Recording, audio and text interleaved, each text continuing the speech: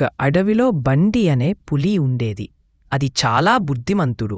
అడవిలోని అన్ని జంతువులు దానికి చాలా గౌరవం ఇచ్చేవి. ఒక్కరోజు అడవిలోకి కొత్త సింహం వచ్చింది. అది బలహీన జంతువులను బెదిరించుతూ వాటి ఆహారాన్ని దోచేస్తూ తిరిగింది. అందరూ భయపడి బండి పులిని అర్థించారు. బండి అన్నా, దయచేసి మమ్మల్ని కాపాడు. బండి సింహం వద్దకు వెళ్ళి నెమ్మదిగా అన్నాడు, అన్నా, మనం అందరం కలిసి జీవించాలి. నీ బలం మాకు భద్రతగా ఉండాలి, భయంగా కాదు. సింహం కాస్త ఆశ్చర్యపోయింది. ఇంత మృదువుగా మాట్లాడే పులిని చూడలేదు. బండి చెప్పిన మాటలు ఆలోచించి సింహం మారిపోయింది.